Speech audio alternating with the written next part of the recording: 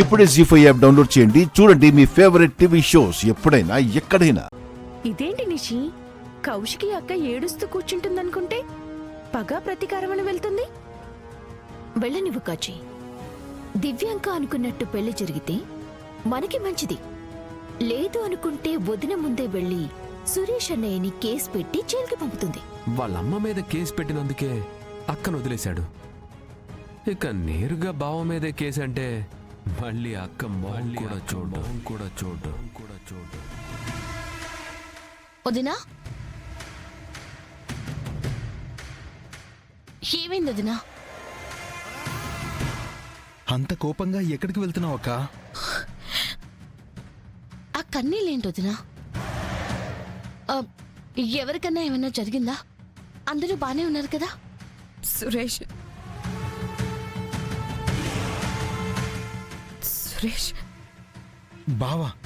బావకేమైందక్క? బావకేమైంది? సురేష్ దివ్యాంకని గుళ్ళో పెళ్లి చేసుకోబోతున్నాడు.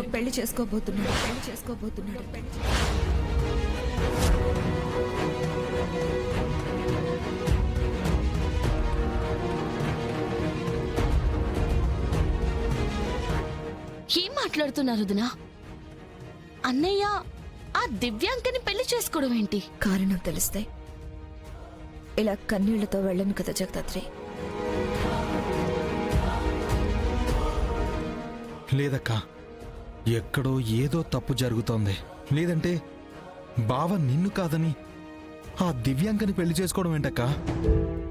సురేష్ని నమ్మి మా జీవితాల్లోకి రానిచ్చి నేనే తప్పు చేశానేమో అనిపిస్తుంది. మా మధ్య ఉన్న కలహాలని దాటి నేను సురేష్ కలిసి ఉండగలం అనుకొని తప్పు చేశానేమో అని అనిపిస్తుంది. అయినా తప్పొప్పుల గురించి ఆలోచించే టైము ఓపిక నాకు లేదు. నిజంగా సురేష్ దివ్యాంకని ఎవ్వరికీ తెలియకుండా పెళ్లి చేసుకోవాలని నిర్ణయించుకునుంటే ఇప్పుడే సురేష్ మీద పోలీస్ స్టేషన్లో చీటింగ్ కేసు పెడతా. వదినా, ఇది నేను కక్ష సాధించడానికి చేయడం లేదు జగదాత్రి. కారణం తెలుసుకోవడానికి చేస్తున్నాను. సురేష్ నన్ను వద్దడానికి నాకు కారణం తెలియాలి. మేము గడిపిన క్షణం పంచుకున్న ప్రేమ ఇచ్చుకున్న మాట అన్నీ అబద్ధమని సురేష్ నోటి నుంచే వినాలి. అదెప్పటికీ జరగదు వదినా. అవును వదినా, అదెప్పటికీ జరగదు. ఎందుకంటే అన్నయ్య ప్రేమిస్తుంది మిమ్మల్ని కాబట్టి.